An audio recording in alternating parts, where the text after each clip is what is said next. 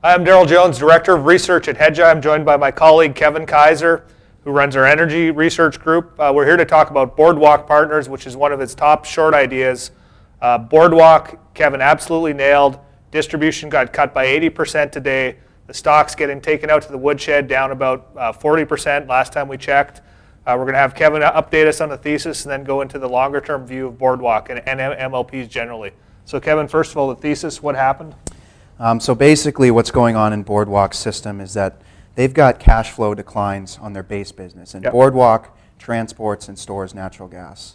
The prices that it can charge its customers for that storage and transportation has gone down dramatically over the last year, 2 years. And now we're starting to see that impact the company. And so the company's leverage is very high at 5 times debt to EBITDA, and they decided to reduce the distribution dramatically in order to begin to pay down some debt. Okay, that makes sense. So what do we take away from this, I guess, catalyst for the rest of the MLP space, and how, what do you want to say to investors about being more cautious about MLPs?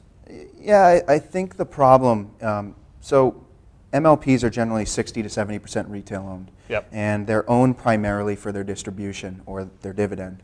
And what investors don't really understand here, in my view, is that the distribution, whatever it is, doesn't necessarily say anything about the company's ability to generate that kind of profitability or their ability to sustain that level of distribution payment over the long term. And so I think that the risk of valuing a security based on its distribution is real and severe, and you're seeing that with Boardwalk today.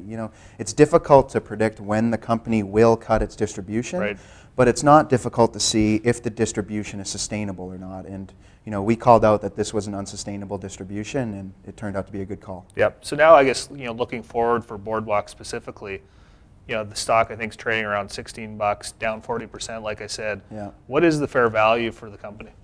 Yeah, so I think the last I checked, it was trading around $14.50. Okay. And at that level, so the 2014 EBITDA guidance the company gave was actually even disappointed my expectation. Yeah. So I think the problems are more severe than I even was expecting.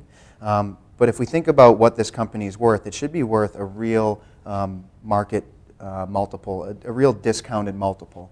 And if you think about Boardwalk at 9 or 10 times EBITDA, that's like a $10 or $12 share price. Okay. And there is some transactions over the last year or two for similar assets that have gone for 8 times, 9 times EBITDA. So even that might be conservative. So we put out to our subscribers today that we thought the stock would be worth around $10, but even that I could see is still a little bit optimistic. Okay, sounds good. So just to summarize, Kevin put Boardwalk Partners on our best ideas list in December, down about 40% today.